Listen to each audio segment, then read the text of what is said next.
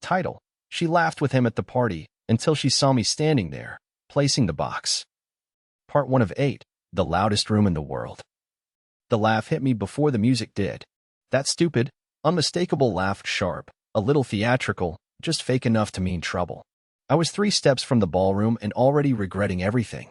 I should have turned around. I should have dropped the box in a trash can and kept walking. But instead, I tightened my grip on it like some tragic idiot in a movie, the one everyone pities but no one wants to be.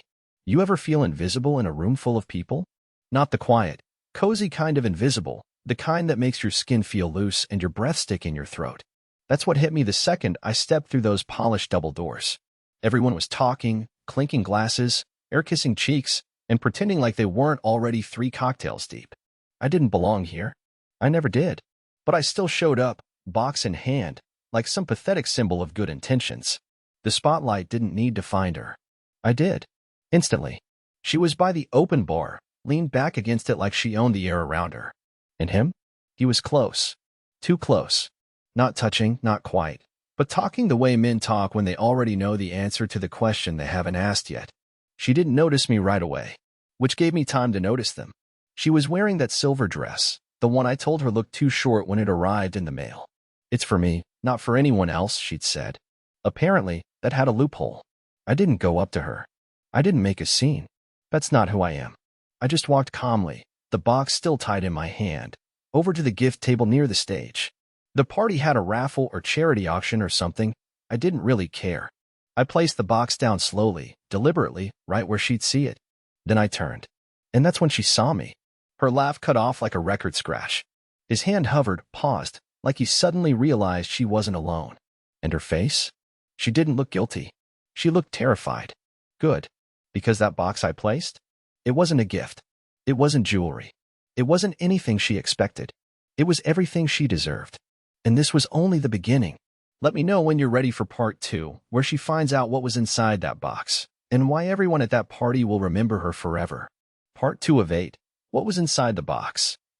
There was a moment, maybe 2 seconds, maybe 10, where the room didn't breathe, where her eyes locked onto the box like it had teeth, and the man beside her took a subtle step back, the way someone might if they accidentally leaned too close to a live wire. No one else at that party noticed. Not yet. But I watched her face change in real time, like someone had drained the color out of it with a remote. I didn't stay to watch her open it. That wasn't the point. I stepped back into the hall and walked out into the cold air, letting the noise of the ballroom disappear behind me. My hands were shaking, but not from fear. From adrenaline. From the kind of sick, numb vindication that only comes when you've been lied to long enough to stop crying and start thinking.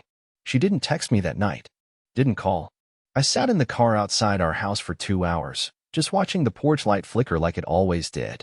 She hadn't fixed it even though she promised 2 months ago.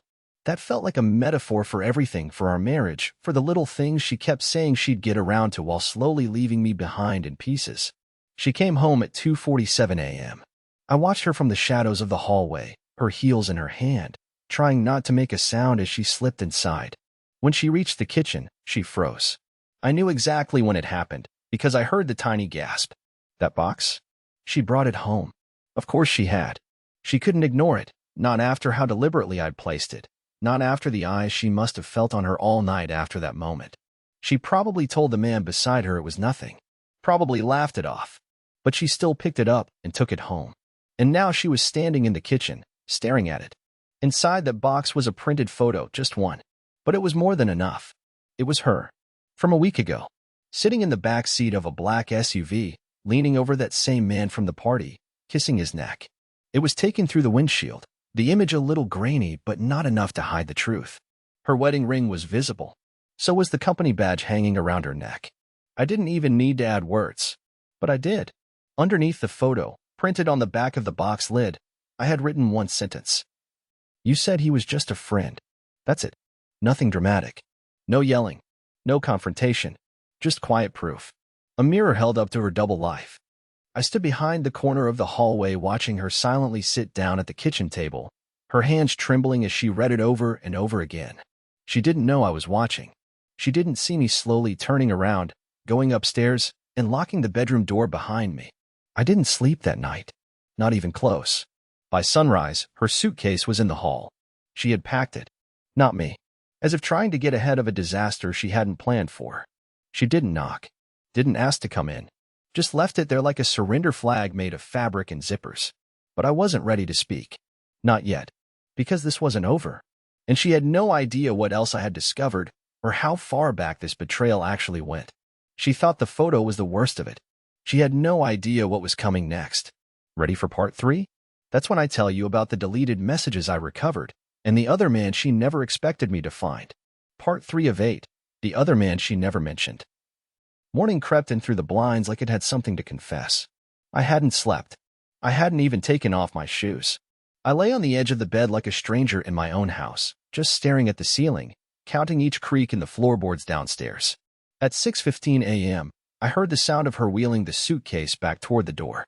She was leaving, not saying a word. And that told me everything I needed to know. I didn't stop her. I listened to the door click shut, and only then did I let out the breath I'd been holding since the party. That breath tasted like months of doubt, like dinner's gone cold, like the forced smile I wore every time she told me she was staying late at the office. But now I had something more than suspicion. I had her unlocked iPad. She had left it on the kitchen counter the night before, maybe in panic, maybe in guilt. She rarely used it, but I knew it was synced to her phone. Same Apple ID. I never looked before. I never thought I needed to. I was the guy who respected boundaries. Trusted until there was nothing left to trust. That morning, I broke my own rules. The iMessage history was almost empty, cleaned out.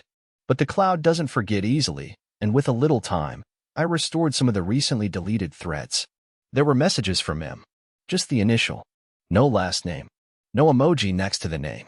Whoever he was, she was careful not to make him obvious. But the conversation, what was left of it, made my skin crawl. You wearing that silver dress I like tonight? Her. Thought you said it was too dangerous last time, winking face. Only if your husband shows up. You said he wasn't invited? Her. Not technically. So it's just us again. Her. Like always. I sat there for a long time just reading those few lines. Rereading them. Imagining how many other messages I'd never recover. How many other nights she came home to me smelling like wine and exhaustion, while her body was still buzzing from someone else's hands. But it wasn't just that.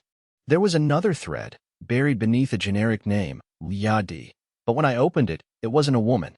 Not unless she had a beard and called my wife babe in 3 different time zones. Turns out, Liadi was actually Liam D. And he wasn't the guy from the party. He was someone else entirely. A software consultant. Worked remotely. Lived in Austin, apparently. Based on the photos they sent each other. And yes, she saved those. They've been seeing each other for at least a year. Probably longer. They had a shared photo album. A freaking shared album. It was titled, Escapes. Pictures of sunsets. Hotel beds. Close-up selfies with half her face pressed into his neck. There were photos of her wearing that same silver dress, not from the night of the gala, but from 3 months ago in what looked like a rooftop bar in another city. So now there were 2 men. One I had seen with my own eyes. The other, hidden in plain sight under a fake name. And me? The husband. The placeholder. The guy who stayed home to give her space and let her breathe, while she was off building separate worlds with strangers who knew parts of her I no longer did. I felt like I was unraveling. Like every memory was suddenly infected. Our anniversary trip to Oregon? She had texted Liam right after dinner. I wish it were you here with me. Her promotion party?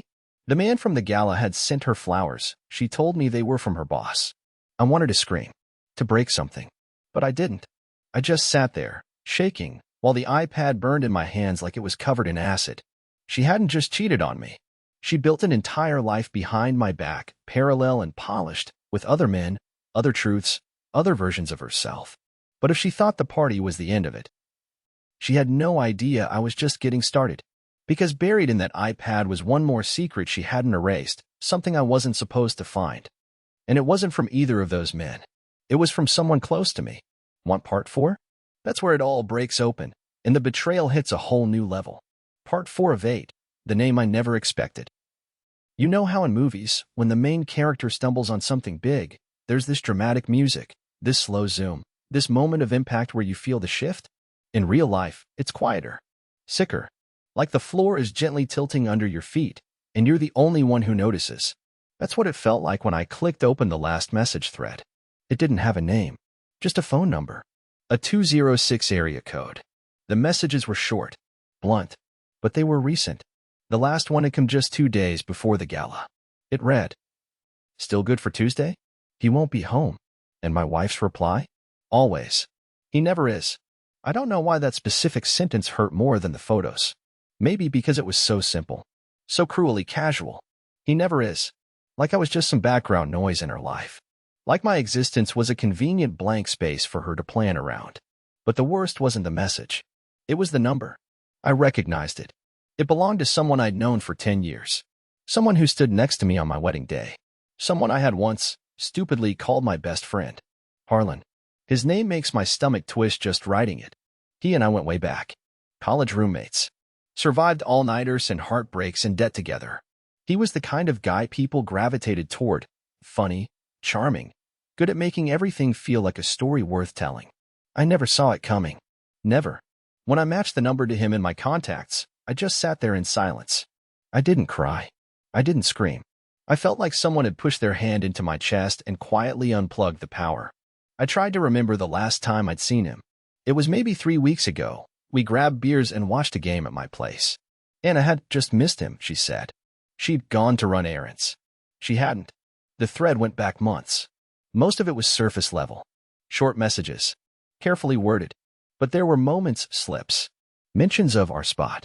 References to weekends I was supposedly visiting family or working late. They had clearly built this secret on the back of my loyalty. My absence had become their playground. They'd even joked about me. That's what really shattered something inside me. He still wears those sad sweaters? Only on laundry days. You're too good at keeping a straight face. I'd crack if I saw him like that. You'd be surprised. He never notices anything. They laughed about me. About how easy I was to fool. How pathetic I looked trying to be romantic while she was slipping out the back door. And I still remember the exact sweater I wore that day. It was blue. She told me I looked soft in it. I thought she meant it as a compliment. Turns out, they both did, just not the kind I imagined. I closed the iPad and sat at the kitchen table for hours. Didn't eat. Didn't move. Just stared at the grain in the wood like it held some kind of answer. When she finally texted, late that night, all it said was, "We should talk." I didn't respond. Instead, I drafted a message. Not to her. Not to Harlan. To someone else entirely. Her mother. I know how that sounds. Petty. Dramatic. But her mom had always been kind to me. She once told me I was the first man who treated Anna like she mattered. And I needed someone to see it, to witness what was happening. I didn't give her all the details. Just asked her to meet me. The next morning, she did. And the look on her face when I showed her the photo from the box, when I read her the messages from Harlan. I swear I saw her age 10 years in one moment. She told me something I didn't expect. Something Anna had hidden for years. Something about a pattern, a past she never told me about. And suddenly, I realized this wasn't just a betrayal. This was a legacy. And I was just the next chapter in a long, well-practiced lie. Ready for part 5? Because that's when I find out how deep this actually goes, and what Anna's own mother confessed to me over coffee that changed everything. Part 5 of 8. A mother's warning came too late. I met her mother, Darlene, at a small diner on the east side of town, the kind of place where the coffee always tastes a little burnt and the servers call you Han, even if you've never been there before. She was already waiting when I arrived, sitting in a booth by the window with her hands wrapped tightly around a mug like she was trying to warm herself from the inside out. Her eyes flicked up when I sat across from her, and for a moment, neither of us spoke. Then I slid the photo across the table. No explanation. Just the image from the box, Anna in the back of that SUV with the man from the gala. It sat between us like a burning secret neither of us wanted to touch. Darlene didn't gasp. She didn't even blink. She just looked down at it, sighed, and whispered, "I was afraid of this." That's when I knew. Knew that whatever I thought I understood about Anna, it was only a sliver of the truth. I leaned in and asked her what she meant. And what she told me. It changed everything. "She's been like this since she was 16, Darlene said quietly, like she was afraid someone might overhear us even though the diner was mostly empty. Not the cheating, exactly. The lying. The compartmentalizing. I tried to get her help once, after the first time she nearly destroyed someone. She told me about Anna's first boyfriend, a kid named Matthew who nearly dropped out of school after he found out Anna had been dating his best friend behind his back for 6 months. Anna was 16. Her excuse? They made me feel different things. No remorse. No apology. Just logic, like it was a chess move that hadn't panned out. It's how she protects herself, Darlene continued, her fingers tracing the edge of the mug. She builds little versions of herself for different people. And when those versions start to overlap, she panics. She's done it to friends, to coworkers, to every man she's ever been with. But you, she paused, her voice cracking. You were the only one who didn't walk away when she got cold. I thought maybe you'd be the one who could ground her. I didn't know what to say. Part of me wanted to scream at her. Why didn't you warn me? But what would that have changed? If she had told me on the wedding day, would I have believed her? Or would I have brushed it off, like every other red flag I buried just to keep the dream alive? I asked her if Anna knew she was meeting me. She shook her head. She wouldn't forgive me for this. But after everything you've done for her, you deserve to know that it was never about you not being enough. She just doesn't know how to stop destroying things she loves. That sentence stuck to my ribs like wet cement. She doesn't know how to stop destroying things she loves. So what was I supposed to do with that? When I got home that night, the house was quiet. Her suitcase was gone. Her key, too. But on the kitchen counter, where I'd once found the iPad, there was now a note. No envelope. No signature. Just 3 words, written in her handwriting. I messed up. That's it. After all the lies, all the nights with other men, the fake friend, the photo, the box, that was her grand confession. Not even an, I'm sorry. Just a whimper of self-awareness that came far too late. I stood in the kitchen for a long time, trying to understand how a person could say so little after doing so much. And then I remembered something. The gala. The guest list. The one I was never meant to be on. I still had the original RSVP confirmation in my email. I opened it. Looked again. And something clicked. Something I hadn't noticed the first time because I was too angry, too blindsided. There were 2 names on her RSVP. One of them was hers. The other wasn't mine. And it wasn't Harlan's either. It was Tyson. Another man. Another secret. Another name I didn't recognize yet. Want part 6? Because the name Tyson isn't just a footnote. He's the final thread in Anna's twisted web, and the reason why none of this was ever just about me. Part 6 of 8. The man behind the mask. I couldn't sleep that night. My body was exhausted, but my mind wouldn't stop chewing on the name I had seen in the RSVP confirmation, Tyson. It sat like a riddle in my head, a piece that didn't belong, or maybe belonged everywhere. I'd never heard Anna mention anyone with that name, not once in all our years together. And yet, there he was, listed next to her like a partner. Not a +1, not a guest, like someone who'd already earned his place beside her. At 3:47 a.m., I got up from bed, walked into the living room, and opened my laptop. I typed the name into our shared contacts, nothing. Then I checked the email again. The RSVP listed a full name, Tyson Elrich.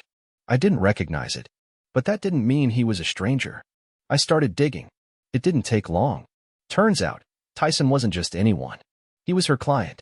A CEO of a mid-sized tech firm she'd been managing real estate for, a man she had referred to multiple times as just a high-maintenance account. I remembered her rolling her eyes every time his name came up in casual conversation, always complaining about how demanding he was, how picky, how slow he was at signing contracts. But according to LinkedIn, according to the photos on his company's website, and according to a handful of news articles that featured them together, Anna wasn't just managing his account. She had been attending industry events with him, dining with him, appearing in press photos at ribbon cuttings for corporate property deals. Her smile in those pictures was polished, professional, but unmistakable. And in 2 of those photos, I noticed something she hadn't worn in months around me, the gold bracelet I bought her on our 3rd anniversary. She used to call it her quiet luxury. I found a video next. It was an interview from a real estate conference. A panel discussion. Anna was seated at the end of the table. Tyson was in the center. When he introduced her to the moderator, he said something that turned my stomach inside out. She's the only person I trust with both my buildings and my secrets. The crowd laughed. Anna laughed. I didn't. I kept watching. The way she looked at him when he spoke. The way her hand hovered near his arm when she leaned in. It was subtle, like all the worst betrayals are. But I knew her body language too well. I had loved her too long to not recognize that look, the one she used to give me before everything grew quiet between us. I scrolled further, combing through whatever I could find. Eventually, I landed on a private Instagram account tagged in a photo by Tyson's company page. The account was called At Coffee with Fire, random, almost poetic. I clicked the tagged photo. It was a blurry snapshot of a gala night, that night, taken from behind a group of people. In the photo, you could see Anna, half turned toward Tyson, laughing. And right there, in the background, just barely visible through the shimmer of chandeliers and cocktail glasses, was me, holding the box. My stomach twisted. I'd been photographed at the moment I placed it down, frozen in some stranger's feed as an accidental cameo in my own disaster. That's when I realized Tyson knew. He saw me. He knew who I was. And still, he kept her on his arm. Still, he stayed by her side like nothing was wrong. Which meant one thing. This wasn't just deception. This wasn't just cheating. This was a network. A system of carefully chosen blind spots. People too polished to question, too insulated to care. And Anna? She was the architect. She played me. She played them. She built a whole damn career on loyalty and discretion, while breaking every vow behind a smile. And still, she thought she had the upper hand. But that changed the next morning. Because I wrote an email. Not to her. Not to Tyson. Not even to Harlan. To his company's board. And I didn't just send screenshots. I attached the full thread, dates, images, audio files from a voicemail Anna had accidentally left on my phone when she dialed me during a trip with Tyson in Miami. She was laughing in the background. Said my name. Mocked it. Called me her sweet little wallpaper. Tyson laughed too. Don't worry, he said in the recording.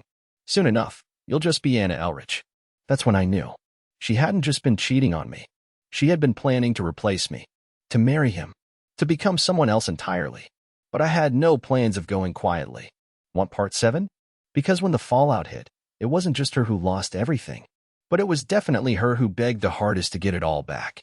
Part 7 of 8. Fallout has a sound. There's a sound people don't talk about when everything starts to fall apart. It's not screaming or crashing or sobbing, no. It's the sound of silence getting cut. The moment where calm gets shredded by truth. That's the sound my phone made the morning after I sent that email. Not a ring. Not a buzz. Just a sudden change in the air when my inbox lit up like a siren. For replies. All from Tyson's company. 2 from board members I didn't know by name. 1 from his executive assistant.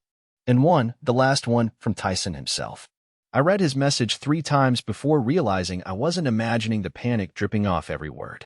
Please remove this message and attachments.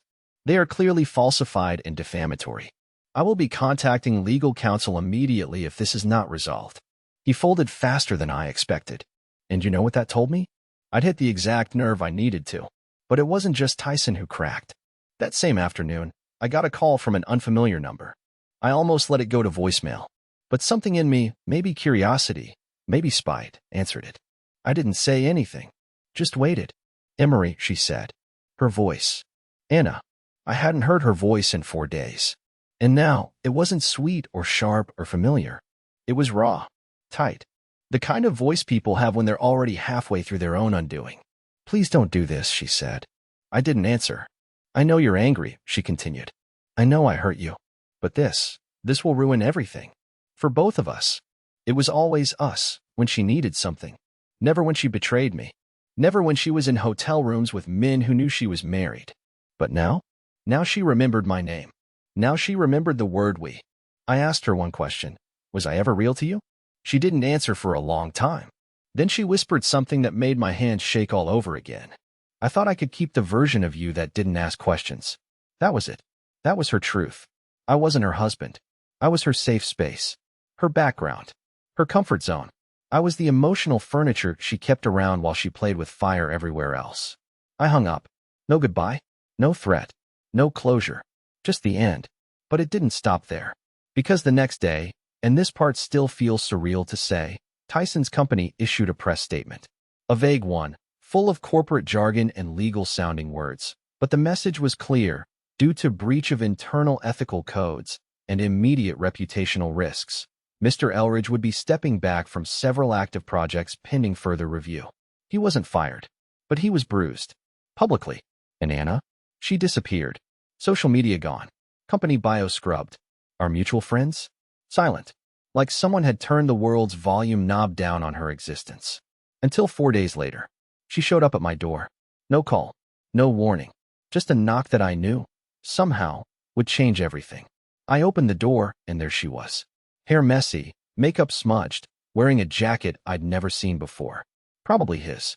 Her hands were empty, but her eyes were full. Too full. I didn't know where else to go, she said. I stepped aside, not because I forgave her, but because I needed to hear what she had to say. We sat across from each other in the living room like strangers. And that's when she told me the part one never expected. Not from her, not from anyone. Tyson had dumped her. Not just professionally. Completely. Cold and fast, like a curtain drop. He'd told her she was a liability. That she was too messy. And that whatever they had was just a distraction. She was crying now. Not performatively. Not for show. But hard, uncontrollable crying. The kind that comes from someone realizing they burned down the only safe thing they ever had, and now they're shivering in the wreckage. I didn't think you'd leave me, she said. You were always there. That's when I finally spoke. I was always there. That's the problem. She begged. For another chance. For time. For silence. But I told her something I had never said to her before. I'm done keeping your secrets. And then I stood up. I didn't yell. I didn't throw anything. I just opened the front door again. She didn't move at first, but eventually she did. And when she stepped back onto the porch, into the gray-blue chill of that evening, I felt something I hadn't in months. Breath. Clean, full, and mine. Are you ready for the final part, part 8? Because the ending doesn't come with revenge, but with something far more permanent. Part 8 of 8, the quiet that stayed. After she left, the house didn't feel empty. It felt still. For the first time in months, the silence didn't echo. It settled, soft and steady, like rain on a roof after a long drought. I stood in the doorway for a while, just listening. No shoes clicking on hardwood. No notifications pinging. No carefully scripted lies floating through the air like perfume. Just me, breathing. And that was enough. I didn't tell anyone she came back that night. Not her mother, not Harlan. Who, by the way, never contacted me once after the truth came out. I assume he did what cowards do, vanished. But I didn't care. I had no room left for those who disappeared the moment I stopped being useful. Instead, I started small. I took a walk the next morning. Same block I'd walked for years, but it felt different. I noticed things I hadn't before. A kid's bike left on a lawn, a broken birdhouse, the way the mailman hummed to himself. I smiled at a neighbor I'd barely spoken to in 3 years. He smiled back. I changed the locks. I took down the wedding photos. Not out of spite, but because I needed the walls to stop lying to me. And then, for the first time in over a decade, I sat down and wrote something that wasn't for work. I didn't censor it. I didn't polish it. I just wrote. About her. About me. About all the pieces I'd been forced to pick up, and how, oddly enough, they didn't look broken anymore. A week later, Darlene, her mother, called. She didn't ask for updates.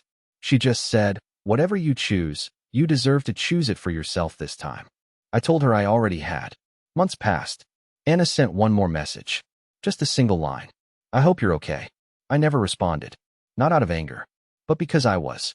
I was okay. For the first time in years, I wasn't twisting myself into knots to be lovable, to be easy, to be enough.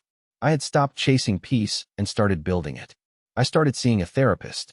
Not because I was broken, but because I wanted to understand why I stayed so long in a version of love that had been starving me. I joined a writing group. Made friends. Real ones. And one night, on a Thursday, nothing special, a woman named Dana sat beside me after the meeting. She wasn't flashy or loud. She didn't remind me of Anna, and that was what made her presence feel so different. She asked if I wanted to get coffee sometime. I said yes. Not because I was ready for love again, but because I was finally ready for me. So yeah, that night at the gala, that version of me, the man placing the box, watching his marriage collapse under chandeliers and polished lies, he died that night. But someone better stood up in his place. And I like him a whole lot more. Thank you for listening to my story. If you're here, if you've ever been where I was, let this be your sign. You are allowed to walk away. You are allowed to rebuild. You are allowed to begin again.